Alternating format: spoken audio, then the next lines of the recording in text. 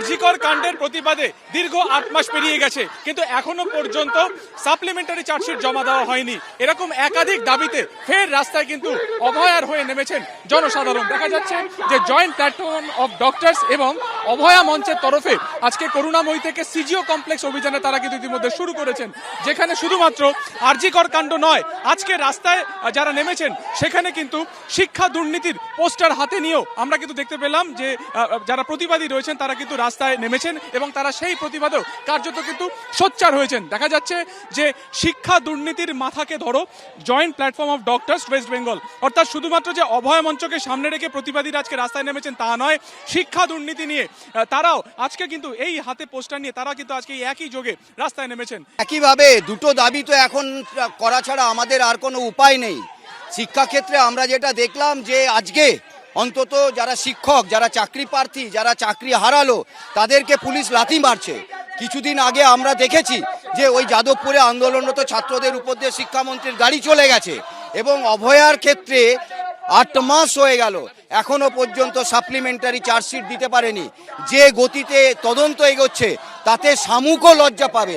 এরকম একটা পরিস্থিতিতে আমরা চাইছি যে প্রত্যক্ষ পরোক্ষভাবে যারা ঘৃণ্য নৃশংস হত্যাকাণ্ডের সঙ্গে জড়িত তারা সবাই এই বিচারের আওতায় আসুক, দ্রুত গতিতে তদন্ত শেষ হোক এবং প্রত্যেকে উপযুক্ত শাস্তি পাক। এটাও যেমন আমাদের দাবি, তেমনই শিক্ষাক্ষেত্রে যে নৈরাজ্যের পরিবেশ তৈরি হয়েছে সেটাও আমাদের দাবি।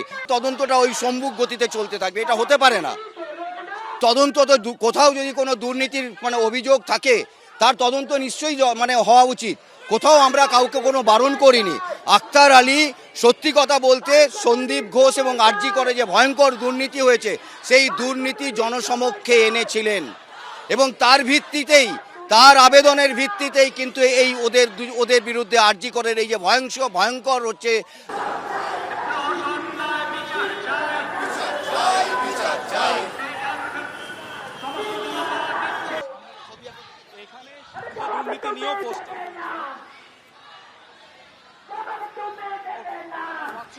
মানুষ গুমটার বাইট করা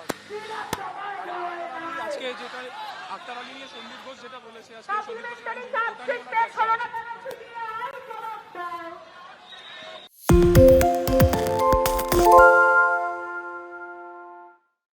সত্য অন্তহীন, সত্যের খোঁজও তাই, সত্য সন্ধানে তাই আমরা অক্লান্ত, অকুতভয়। এবিপি আনন্দ নতুন ভাবনার প্রতীক, যা মনে মুক্ত, তথ্যে যুক্ত এবং যাবতীয় সীমানার বাঁধন থেকে মুক্ত।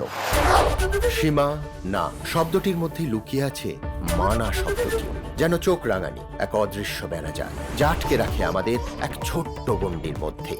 একমাত্র সঠিক খবরই গড়ে তুলবে এক মুক্ত সমাজ। সেই জগৎ গড়ার লক্ষ্যে কোনো সীমানার ঠুকুটি আমরা মানব না। এবিপি আনন্দ এগিয়ে থাকে, এগিয়ে রাখে।